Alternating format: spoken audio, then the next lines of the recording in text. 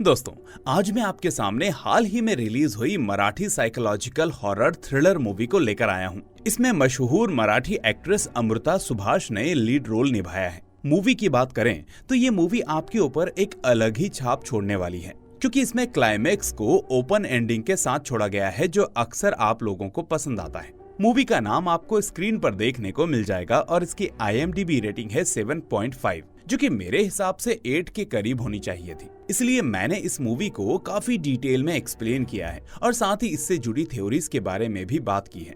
इसलिए आपसे रिक्वेस्ट है कि मूवी को लास्ट तक जरूर देखना, लेकिन उससे पहले इस वीडियो को लाइक करके चैनल को भी सब्सक्राइब कर लेना। तो चलिए अब शुरू करते हैं आज की एक्सप्लेनेशन। तो मूवी की शुरुआत में हम गंगूती नाम की एक अजीब सी औरत को देखते हैं, जो एक अंधेरे कमरे में कुछ दिए जलाकर किसी तरह का रिचुअल कर रही थी और साथ ही इस रिचुअल में उसके आसपास कुछ पपेट्स पड़े हुए थे और बीच में एक गोल घेरा भी था जिसमें एक बड़ा पपेट मौजूद था। लेकिन देखने से वो पपेट एक तरह का फीमेल फिगर दिख रहा था, जिससे हमें अंदाजा हो जाता है कि ये रिचुअल जरूर किसी फीमेल स्पिरिट से जुड़ा हुआ है।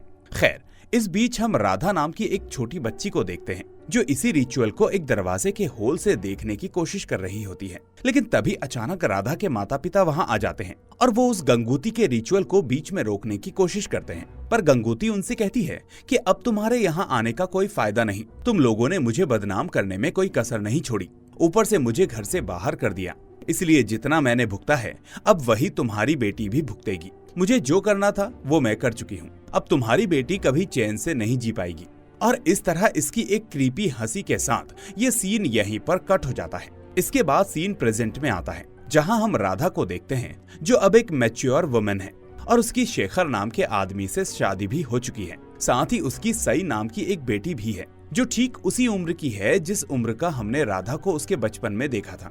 खैर, अब हम देखते हैं कि राधा अपनी बेटी को स्कूल वैन तक छोड़ने आती है और फिर जल्दी जल्दी में अपना काम खत्म करने लगती है, क्योंकि आज उसकी अपने फैमिली डॉक्टर के साथ अपॉइंटमेंट थी, जिसका नाम था धनंजय कुलकर्णी। यहाँ हमें पता चलता है कि डॉक्टर धनंजय बचपन से ही राधा के साइकियाट्रिस्ट रहे हैं और समय समय पर उसे गाइड करते हुए आए हैं। अब यहाँ पर इन दोनों की बातों से हम समझ पाते हैं कि असल में अब राधा को अपने गाँव जाना है, लेकिन वो वहाँ जाने से डर रही है। अब डॉक्टर उससे पूछते हैं कि गाँव जाना किस लिए जरूरी है, क्योंकि उन्हें लगता है कि राधा को अभी वहाँ जाना अवॉइड करना चाहिए, क्योंकि अभी वो पूरी तरह से ठीक नहीं हुई है। लेकिन राधा बताती है कि उसके गांव वाला पुश्तैनी घर जल्द ही टूटने वाला है, क्योंकि वहां पर हेरिटेज रिसोर्ट बनने वाला है और इसीलिए उसकी मां चाहती है कि राधा उस घर के टूटने से पहले एक बार घर आकर देख ले।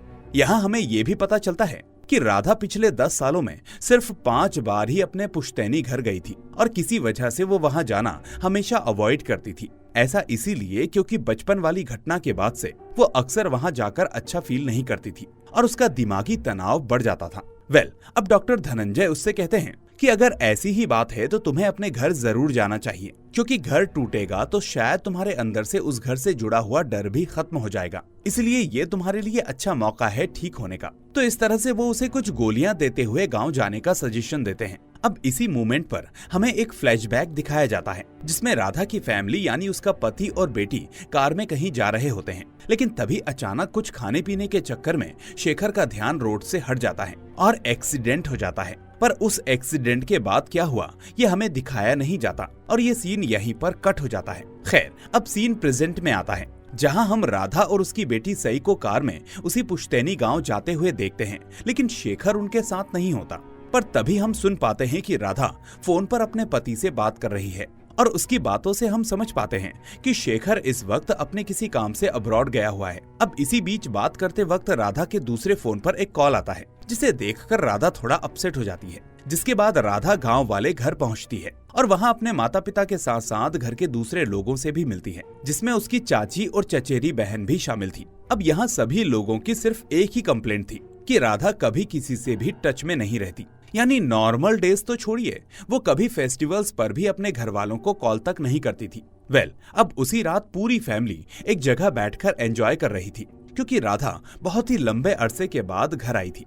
लेकिन थोड़ी ही देर बाद जब राधा नोटिस करती है कि सई वहां आसपास नहीं है, तो वो उसको ढूंढते हुए ऊपर वाले कमरे में चली जाती है। और दोस्तों, ये असल में वही कमरा था जिसमें सालों पहले गंगूती ने वो रिचुअल किया था। खैर, अब कमरे में झांकने पर राधा को फिर से वही डॉल दिखती है, जिस पर गंगूती ने रिचुअल किया था और जो उस गोल घेरे में मौजूद थी। दूसरी तरफ अब राधा की माँ को एहसास हो जाता है कि राधा उन लोगों के बीच नहीं है, इसलिए अब वो उसे ढूंढते हुए उसी ऊपर वाले कमरे में आ जाती है। लेकिन तभी वो देखती है कि राधा उस डॉल के सामने बैठकर कुछ अजीब हरकतें कर रही थी, जिस वजह से राधा की माँ डरकर चिल्लाने लगती है और देखते ही देखते सारे घर वाले वहाँ इकट्ठे हो जाते हैं। लेकिन सभी के आते ही राधा अचानक से एकदम से नॉर्मल हो जाती है और उस डॉल को हाथ में पकड़े हुए कहती है कि देखो, सई ने मेरे बचपन वाली गुड़िया को ढूंढ लिया, इसको मैंने कहाँ कहाँ नहीं ढूंढा था। और तभी हम ये भी नोटिस करते हैं कि सई इस गुड़िया को भागाबाई कहकर पुकारती है। अब सभी लोग राधा के इस बिहेवियर से थोड़ा टेंशन में थे, क्योंकि शायद इन्हें इस बात का अंदाजा था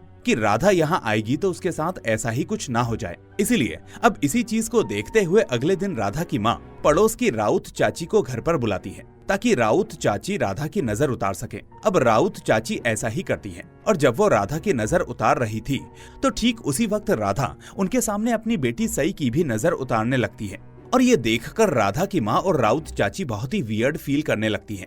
इसके बाद राधा की माँ उसके हाथ में एक मंत्र पढ़ा हुआ कलावा बांधती है और उससे कहती है कि इसे कभी मत खोलना, ये तुम्हारे लिए बहुत जरूरी है और ये तुम्हें हमेशा बुरी नजर से बचाएगा। फिर दोपहर में हम देखते हैं कि राधा की माँ अपने पुश्तैनी पंडित को भी घर पर बुलाती है ताकि वो राधा को आशीर्वाद दे सकें और साथ ही घर की शुद्धिकरण भी कर दें। इसके बाद राधा अपनी माँ को मनाते हुए घर के ऊपर वाले एरिया की चाबी मांगती है, लेकिन उसकी माँ जब इसके लिए मना करती है तो राधा कहती है कि मैं अपने बचपन की कुछ चीजें देखना चाहती हूँ, साथ ही मैं अपनी कजिन्स को भी ले जाऊंगी।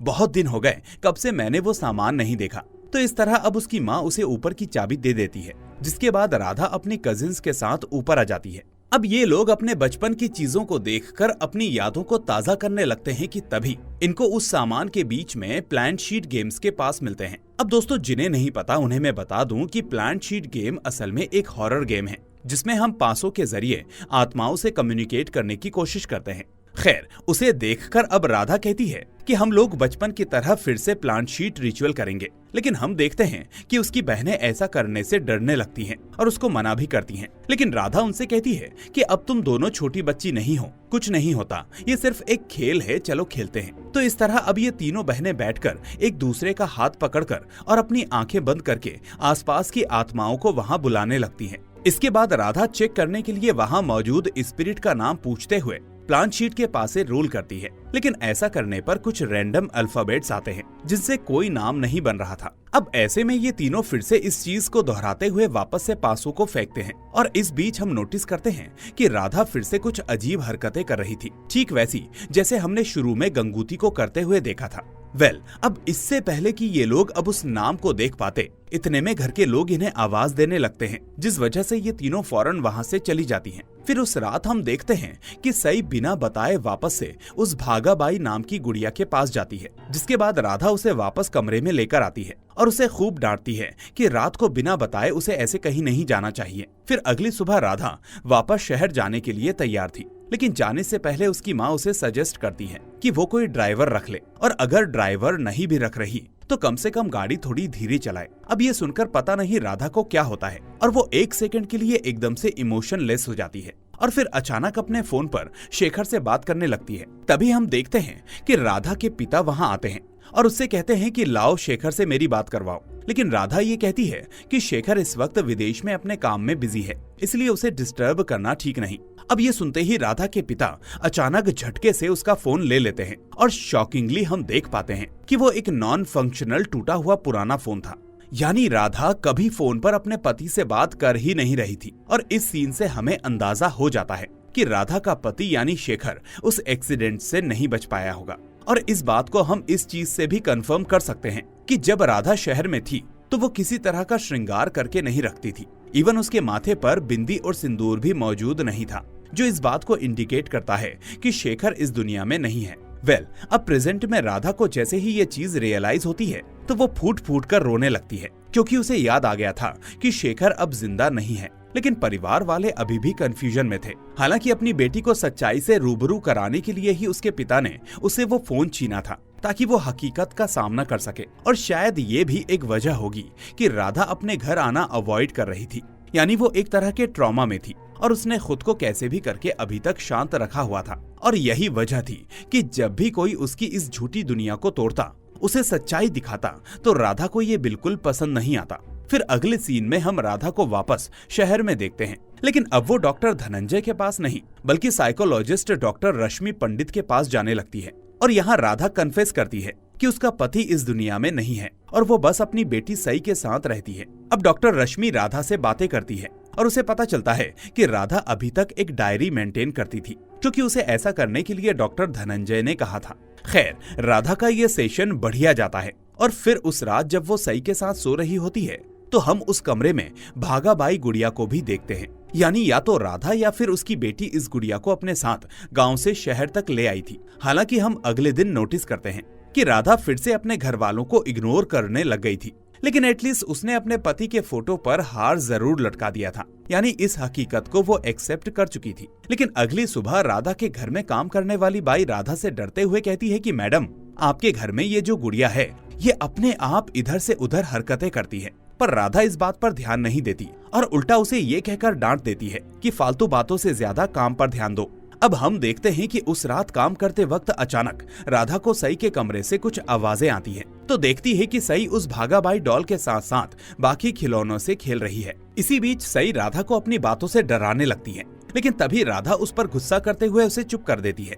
पर सई उससे कहती है कि माँ, मैं तो बस मजाक कर रही थी, ये सब मुझे इस गुड़िया ने करने को बोला था। तो ये सुनते ही गुस्से में राधा उस गुड़िया को सीढ़ियों से नीचे फेंक देती है। फिर अगले दिन राधा वापस डॉक्टर रश्मि से मिलती है और उनसे पैरानॉर्मल चीजों पर बात करने लगती है। यहाँ राधा कहती है कि बचपन से उसे हॉरर जैसी चीजें पसंद हैं और यहाँ तक कि उसने बचपन में अपनी डायरी में एक हॉरर स्टोरी भी लिखी थी, जो कि एक चुड़ैल के बारे में थी जो मरे हुए लोगों को वापस जिंदा कर सकती थी। फिर अचानक राधा कहती है कि कहानी की वो चुड़ैल असल में कोई चुड़ैल नहीं बल्कि वो तो अपने मरे हुए पति से बात करने का जरिया ढूंढ रही थी। अब हम देखते हैं कि ये सारी बातें डॉक्टर रश्मि को काफी फैसिनेटिंग लगती हैं। फिर वो राधा से उसकी उस डायरी को देखने की रिक्वेस्ट करती है जिसमें उसने वो स्टोरी लिखी थी, लेकिन राधा उससे कहती है कि वो कभी और उन्हें वो डायरी दिखा देगी, क्योंकि फिलहाल उसे याद नहीं है कि वो डायरी कहाँ पर रखी है। इसके बाद राधा अपने घर आती है, जहाँ वो अपनी मेड को डांटती है जिसने सई के लिए अभी तक खाना नहीं बनाया था। लेकिन उसकी मेड उससे थोड़ा हिचकिचाते हुए कहती है कि सई 2 दिनों से बाहर खाना खा रही है, इसलिए खाना बेकार जा रहा था, जिस वजह से उसने आज खाना नहीं बनाया। पर राधा इस बात पर भी भड़क जाती है और कहती है कि कुछ भी हो, तुम्हें खाना बनाना चाहिए था। अगर उसे भूख लग गई तो मैं कहाँ से खाना लाऊंगी। फिर हम देखते हैं कि राधा डॉक्टर की दी हुई दवाई लेकर खुद को शांत करती है और इस बीच डॉक्टर धनंजय उसे कॉल करके उसका हालचाल भी पूछते हैं, जहां उन्हें पता चलता है कि वो अब डॉक्टर रश्मि से भी कंसल्ट कर रही है। खैर, अब इसी बीच राधा को घर में वापस वही भागाबाई वाली डॉल अपने सोफे पर दिखती है और अगले ही पल वो गायब भी हो जाती है। साथ ही उसे मिरर में गंगूती भी नजर आती है, जिससे वो बहुत घबरा जाती है और तभी उसे अचानक सई की याद आती है और वो उसको देखने चली जाती है। अब यहाँ वो देखती है कि सई वापस उसी डॉल से खेल रही थी। ये देखकर राधा के होश उड़ जाते हैं और वो पूछती है कि तुम वापस इसे क्यों ले आई, मैंने इसे फेंक दिया था ना। तो इस पर सई उसे बताती है कि वो उसे लेकर नहीं आई, बल्कि वो डॉल खुद ही चलकर उसके पास खेलने आई है। ये सुनकर राधा को बहुत गुस्सा आता है और फिर वो उस डॉल को सीधा घर के बाहर जाकर फेंक आती है। लेकिन इस बीच हम नोटिस करते हैं कि डॉल को फेंकते वक्त उसके हाथ का धागा खुलकर नीचे गिर जाता है। फिर रात को खिलौने साफ करते वक्त राधा को अपनी पुरानी डायरी मिल जाती है, जिसके बाद वो डायरी फौरन जाकर डॉक्टर रश्मि को दे देती है। इस बीच वो डरते हुए रश्मि से कहती है कि बचपन में मुझ पर काला जादू हुआ था, यानी जारन हुआ था। ये सुनकर रश्मि भी शॉक्ड रह जाती है और पूछती है कि कैसा जादू और किसने किया था। तो इस पर अब राधा उसे अपनी बचपन की स्टोरी सुनाने लगती है और फिर हमें उस वक्त की पूरी कहानी पता चलती है। तो उस वक्त राधा जब छोटी थी और उसके गांव वाले घर में गंगूती किराएदार के तौर पर रहती थी।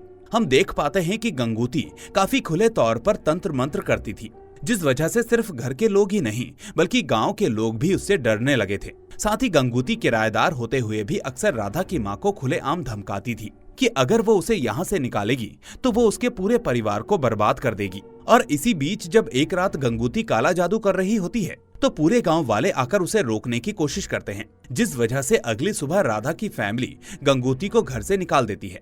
ये देखकर पूरा गांव उस पर हंसने लगता है और इसी का बदला लेने के लिए गंगूती वापस इनके घर में तब आती है जब घर पर सिर्फ बच्चे थे। अब गंगूती उस वक्त छोटी राधा से झूठ बोल देती है कि वो अपना कुछ सामान लेने आई है जो छूट गया है और फिर इसी बात का फायदा उठाकर गंगूती घर के ऊपर वाले कमरे में जाकर अपना काला जादू करने लगती है, जिसे राधा दरवाजे के होल से देख रही थी। और ये वही सीन था जो हमने मूवी की शुरुआत में देखा था। लेकिन जब तक राधा के माता पिता आकर गंगूती को निकालते तब तक काफी देर हो चुकी थी, क्योंकि गंगूती राधा पर काला जादू कर चुकी थी। फिर प्रेजेंट में राधा डॉक्टर रश्मि को बताती है कि उसके कुछ ही दिनों बाद गांव वालों को गंगूती की लाश नदी में बहती हुई मिली थी।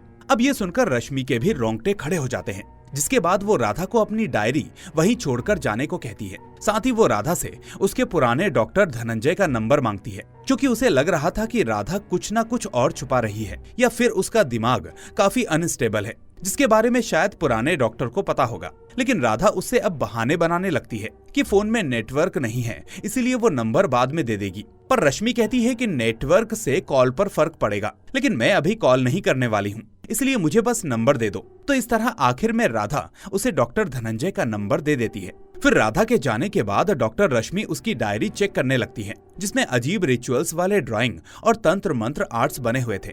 फिर वो उनकी फोटोज लेकर किसी तंत्र मंत्र वाले एक्सपर्ट के पास भेजती है, जो उसे बताता है कि इन रिचुअल्स से किसी मरे हुए आदमी को भी जिंदा किया जा सकता है।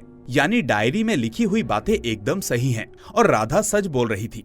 खैर, इसके बाद डॉक्टर रश्मि राधा के दिए हुए फोन नंबर पर कॉल करती है, लेकिन यहाँ उसे पता चलता है कि ये नंबर असल में डॉक्टर धनंजय का नहीं बल्कि राधा की कजिन का था। यानी इससे साफ हो जाता है कि किसी वजह से राधा ने जानबूझकर गलत नंबर दिया था। लेकिन डॉक्टर रश्मि अब राधा की कजिन की मदद से डॉक्टर धनंजय का फोन नंबर निकाल लेती है और फिर वो उन्हें कॉल करती है। फिर डॉक्टर धनंजय उससे कहता है कि फिलहाल राधा की पूरी हिस्ट्री बताने का समय नहीं है, लेकिन ये बात साफ है कि वो इस वक्त काफी खतरे में है, इसलिए उसे उसके पास होना चाहिए। वो कहता है कि तुम्हें राधा के घर जाकर उसे चेक करना चाहिए, क्योंकि तुम्हारा घर राधा के घर से करीब है। इतने में मैं भी वहाँ जल्दी से जल्दी पहुँचने की कोशिश करता हूँ। वहीं दूसरी तरफ राधा अपने घर आती है और कोई उसके घर की बेल को रिंग करता है। फिर जैसे ही राधा पीप होल से सामने वाले को देखती है तो बाहर देखकर उसके रोंगटे खड़े हो जाते हैं, क्योंकि सामने कोई और नहीं बल्कि उसका पति शेखर था। अब ये देखते ही राधा फौरन अपनी बेटी सई को लेकर वहाँ से भागने के बारे में सोचने लगती है,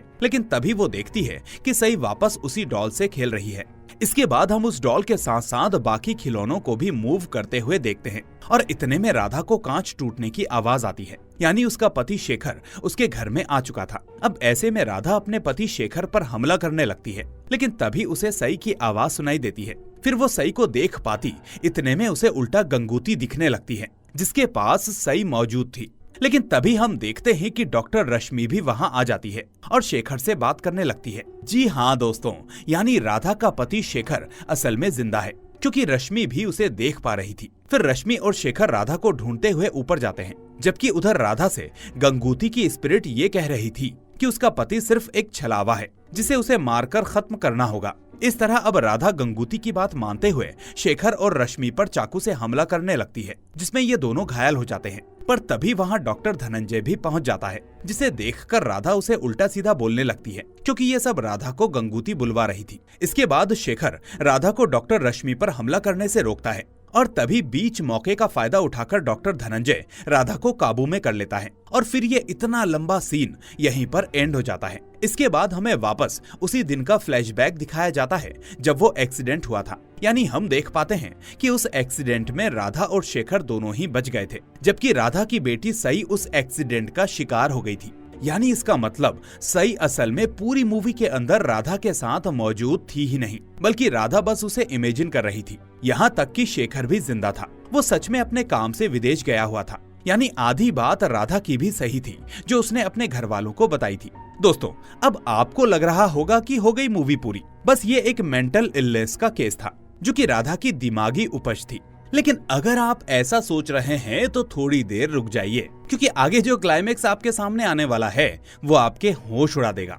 लेकिन उसको समझने के लिए हमें इस कहानी को ओपनली अपने दिमाग में डालना होगा, क्योंकि एक तरफ डॉक्टर हैं जिनका मानना है कि राधा के साथ कोई काला जादू नहीं हुआ है और वो एक मेंटली इल लेडी है, जबकि दूसरी तरफ उसकी माँ को हम देख रहे थे कि वो उसको सेफ रखने में लगी हुई थी। यानी उसका मानना था कि राधा के ऊपर सच में काला जादू काम कर रहा है। असल में डॉक्टर धनंजय के हिसाब से राधा बचपन से ही अनकॉमन थी, क्योंकि बाकी बच्चों के मुकाबले उसकी इमेजिनेशन पावर बहुत ज्यादा फोकस्ड थी, जिस वजह से वो अपनी एक अलग ही दुनिया में खो जाती थी और उसे ही सच मानने लगती थी। जिस वजह से गंगूती के रिचुअल को देखना और गंगूती को घर से निकाला जाना, ये सब राधा के मन में गहरी छाप छोड़ गया। और इसी इमेजिनेशन की वजह से वो नेगेटिव चीजें सोच सोचकर एकदम से बीमार पड़ गई। और साथ ही वो इस बीच कई बार गंगूती जैसा भी बिहेव करती थी। यानी धनंजय के हिसाब से ब्लैक मैजिक वाली बातें बकवास थी और राधा रिकवर करने लगी थी। लेकिन एक्सीडेंट के बाद राधा का वो दबा हुआ ट्रॉमा फिर से ट्रिगर हो गया और वो अपने पति शेखर को इसके लिए ब्लेम करने लगी। इसके बाद वो शेखर को खुद से दूर करने लगी और इसी बीच शेखर को किसी काम से दूसरे देश भी जाना पड़ा, जिससे राधा उससे और भी दूर हो गई। फिर राधा ने वापस अकेले में अपनी एक अलग दुनिया बना ली, जहाँ वो अपनी बेटी सई को जिंदा मानती थी और अगर कोई भी उसके इस भ्रम को तोड़ता तो राधा उससे दूर हो जाती। और इसीलिए सई को लेकर शेखर जब फोन पर उसको सच बताने की कोशिश कर रहा था तो उसने शेखर तक से बात करना बंद कर दी थी। फिर हम देखते हैं कि जब गांव जाते वक्त राधा शेखर से बात करने का ढोंग कर रही थी तो राधा अपनी इमेजिनेशन में थी। तब दूसरे फोन में सच में शेखर का कॉल आया था, जिसे देखकर वो गुस्सा हो गई थी और इसके बारे में शेखर ने राधा के पिता को फोन करके बता दिया था कि राधा कुछ दिनों से उसकी कॉल पिक नहीं कर रही। जिसके बाद राधा के पिता ने गांव वाले घर में उससे उसका फोन छीनकर देखा था कि वो सच में बात कर भी रही है या नहीं। और फिर उन्हें पता चला था कि वो एक टूटे फोन से शेखर से बात करने का ढोंग कर रही थी। साथ ही जब चाची ने राधा की नजर उतारी थी तो हमने देखा था कि राधा ने सई की नजर उतारी है, तो असल में वहाँ सई थी ही नहीं, जिस वजह से चाची और राधा की माँ वियर्ड फील कर रही थी। और ऐसा ठीक तब भी हुआ था जब घर वाले इस बात से शॉक हो गए थे जब उन्होंने राधा को ये कहते हुए सुना था कि सई ने उसकी वो डॉल ढूंढ ली, जबकि सई वहाँ थी ही नहीं। खैर, तो ये था डॉक्टर धनंजय का एक्सप्लेनेशन। जबकि दूसरी तरफ हम राधा की माँ के सीन्स को देखते हैं तो उनके हिसाब से राधा ऐसी इसीलिए हो गई थी क्योंकि उस पर गंगूती ने काला जादू कर दिया था। फिर बचपन में राधा बीमार हो गई थी, जिसके बाद यज्ञ और पूजा करने से सब ठीक हुआ। उनका मानना था कि राधा को अक्सर गंगूती दिखती थी, लेकिन इतने दिनों तक पूजा और उस धागे की वजह से राधा स्टेबल थी और गंगूती उस पर काबू नहीं कर पा रही थी। जबकि हाल ही में धागा टूटने की वजह से गंगूती ने उस पर काबू कर लिया था। खैर, अब मूवी की स्टोरी पर आते हैं, जहां शेखर डॉक्टर रश्मि को बताता है कि उसे और राधा को कभी कोई बच्ची हुई ही नहीं थी। लेकिन वो ये भी बताता है कि उस वक्त राधा 3 महीने की प्रेग्नेंट थी, यानी उसने अपने बच्चे को खोया जरूर था। पर अब रश्मि पूछती है कि अगर बच्चा हुआ ही नहीं था तो उसने एक बेटी को इमेजिन कैसे कर लिया और उसका नाम सई भी कैसे रख लिया? क्या तुम दोनों ने अपने बच्चे के नाम के बारे में पहले भी सोच कर रखा था? तो शेखर कहता है कि नहीं, हमने कोई नाम नहीं सोचा था, लेकिन सई नाम के पीछे भी एक खास वजह है। और फिर वो बताता है कि असल में सई नाम की लड़की उनके पड़ोस में रहती है, जिसे राधा हमेशा आते जाते देखती रहती थी। साथ ही सई हमेशा उससे आते जाते हेलो हाय करती थी, जिस वजह से राधा ने अपनी इमेजिनेशन में उसको अपनी बेटी बना लिया। इमेजिनेशन में ही वो उसके साथ खेलती, उसके बाल बनाती, उसको खाना खिलाती और यहाँ तक कि उसने अपनी मेड को भी सई के लिए खाना बनाने का बोल दिया था। पर मेड को शेखर ने समझा दिया था, जिस वजह से मेड हमेशा ऐसा ही रिएक्ट करती थी जैसे सई सच में वहाँ मौजूद हो। फिर हम देखते हैं कि राधा का हस्बैंड जब उसे कॉल पर समझाता कि उनकी कोई बेटी नहीं है तो राधा गुस्सा हो जाती थी और उसे एक्सीडेंट के लिए ब्लेम करती थी, जिस वजह से उसने शेखर से बात करना ही छोड़ दिया था। फिर राधा अपने घर वालों को भी सई के बारे में बताती थी और जब वो राधा से पूछते कि ये सई कौन है तो राधा उन पर भी गुस्सा करती और उनसे भी बात करना बंद कर देती। यानी शुरू में जिस सीन में हमने राधा को सई को वैन तक छोड़ते हुए देखा था, तब नेबर की बेटी सई अपने स्कूल जा रही थी और राधा ऐसे रिएक्ट कर रही थी मानो उसकी बेटी स्कूल जा रही हो। हालांकि अपनी आदत की वजह से पड़ोसन की बेटी सई उसे हकीकत में बाय कर रही थी, लेकिन अपने पति से बात ना करने की वजह से राधा की इमेजिनेशन इतनी स्ट्रांग हो चुकी थी तो वो ये तक मानने लगी थी कि उसका पति शेखर ही इस दुनिया में नहीं है। इसलिए उसने शेखर की फोटो पर हार भी चढ़ा दिया था। साथ ही उसने नेबर की बेटी सई की चुपके से फोटो ले ली थी और उन फोटोज को अपनी फैमिली फोटो के साथ में फोटोशॉप भी कर लिया था और घर में ढेर सारे फोटो फ्रेम्स लगा दिए थे। इसी वजह से राधा ने अपने डॉक्टर को भी चेंज कर दिया था, क्योंकि डॉक्टर धनंजय को सब पता था कि ये सब उसकी इमेजिनेशन है। इसीलिए वो डॉक्टर रश्मि से मिली ताकि वो उसे वो यकीन दिला पाए जो उसके हिसाब से सही है। इसीलिए डॉक्टर रश्मि भी सोचती थी कि सई वाकई राधा की बेटी है। खैर, अब हमें बताया जाता है कि ऐसे पेशेंट्स को इस तरह के लोग चाहिए होते हैं जो उनकी फेक इमेजिनेशन में यकीन करें। यानी डॉक्टर रश्मि के अनजाने में ये मानने से कि राधा की बेटी सही एग्जिस्ट करती है, राधा की फेक इमेजिनेशन और भी स्ट्रांग होती चली गई।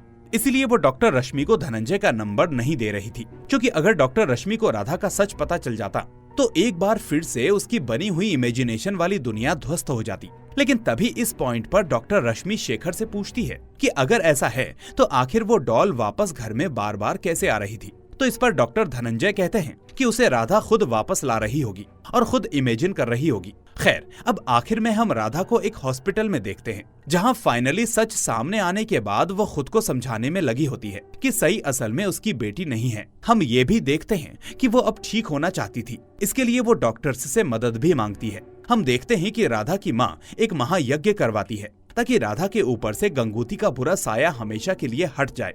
यानी मूवी हमें एक बार फिर से कंफ्यूज कर देती है कि भाई आखिर सच क्या है, क्योंकि उसकी माँ अभी भी इस बात पर कायम थी कि ये सब गंगूती की वजह से हुआ था और उसका मानना था कि वो एक्सीडेंट भी गंगूती ने करवाया होगा ताकि राधा की जिंदगी में कभी भी बच्चे का सुख ना आ पाए और वो हमेशा परेशान रहे, जैसा कि गंगूती ने बोला। लेकिन अब आता है इस मूवी का असली क्लाइमेक्स जो आपके होश उड़ा देगा, क्योंकि यहाँ पर मूवी में एक ऐसा ट्विस्ट आता है जिसके बारे में हम में से कोई सोच भी नहीं सकता। हम देखते हैं कि जब घर में महायज्ञ चल रहा होता है तो उसी मोमेंट पर राधा के पिता गांव में अपने घर को खाली करवा रहे होते हैं और इसी बीच वहां एक वर्कर ऊपर वाले कमरे में जाता है और वहां से सामान निकालने लगता है। और इसी बीच हमें वहां पर पड़े हुए पासे दिखाए जाते हैं जो कि तब से ऐसे ही पड़े थे जब राधा अपनी कजिन्स के साथ वो गेम खेल रही थी। और घर वालों की आवाज सुनकर वो तीनों बिना नाम पढ़े वहां से चली गई थी। तो अब हम देखते हैं कि उन पासों पर एक नाम सामने आता है जो था गंगूती, यानी गंगूती की आत्मा वहां पर मौजूद थी। और इसी के साथ ये मूवी यहाँ पर एंड हो जाती है। अब दोस्तों, फिल्म की एंडिंग में हमें ये दिखाया तो गया, लेकिन ये भी हो सकता है कि उस दिन के बाद बीच में राधा कभी वापस ऊपर आ गई हो, तो अपनी इमेजिनेशन की वजह से वहाँ वापस गंगूती का नाम पासों में एडजस्ट कराई हो। क्योंकि जब वो तीनों गेम खेल रही थी तो हमने नोटिस किया था कि राधा गंगूती की तरह हरकतें कर रही है, यानी वो अपने दिमाग में गंगूती को लेकर बैठी हुई है। लेकिन अगर ये उसकी इमेजिनेशन ही थी तो इस फिल्म का एक और सीन हमें ये कंफर्म करने को कहता है कि गंगूती की स्पिरिट मूवी में मौजूद थी, और वो था उस मेड वाला सीन जब मेड ने राधा से कहा था कि आपकी गुड़िया इधर से उधर मूव करती है, इसलिए मुझे कई बार डर लगता है। अब हालांकि उसने अपनी आंखों से कभी गुड़िया को इधर उधर होते हुए देखा नहीं था, लेकिन अक्सर वो उसे जहाँ रखती थी वो गुड़िया कुछ ही देर में वहाँ से हट जाती थी। और क्योंकि कई बार उस वक्त राधा घर में मौजूद नहीं होती थी, तो हम समझ सकते हैं कि गंगूती असल में उस डॉल के ऊपर कब्जा किए हुए थी, और शायद वो धागा खुलने के बाद ही वो राधा को पूरी तरह से पोजेस कर पाई थी। अब जारन सिर्फ हॉरर मूवी नहीं बल्कि एक गहरे थीम को छूती है। इसका सबसे बड़ा थीम है ट्रॉमा और ग्रीफ का।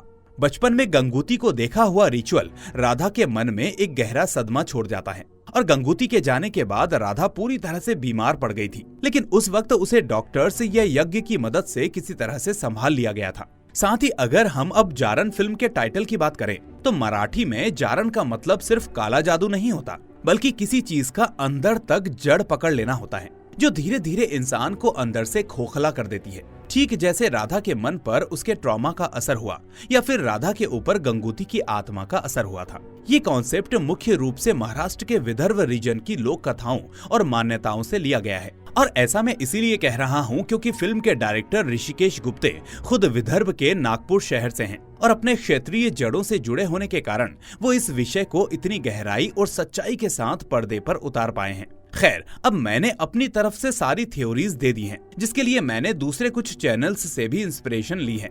लेकिन इसके अलावा अगर आपको कोई और थ्योरी भी समझ में आती है तो आप मुझे कमेंट करके बता सकते हैं। लेकिन उससे पहले इस वीडियो को लाइक करके अपने दोस्तों के साथ शेयर कर दीजिए। साथ ही इस चैनल को सब्सक्राइब करके नोटिफिकेशन बेल को भी दबा दीजिए ताकि कोई भी मूवी आपसे मिस ना हो। अब मैं मिलूंगा आपसे अगली ऐसी ही शानदार जानदार मूवी के साथ। Till then take care and thanks for watching.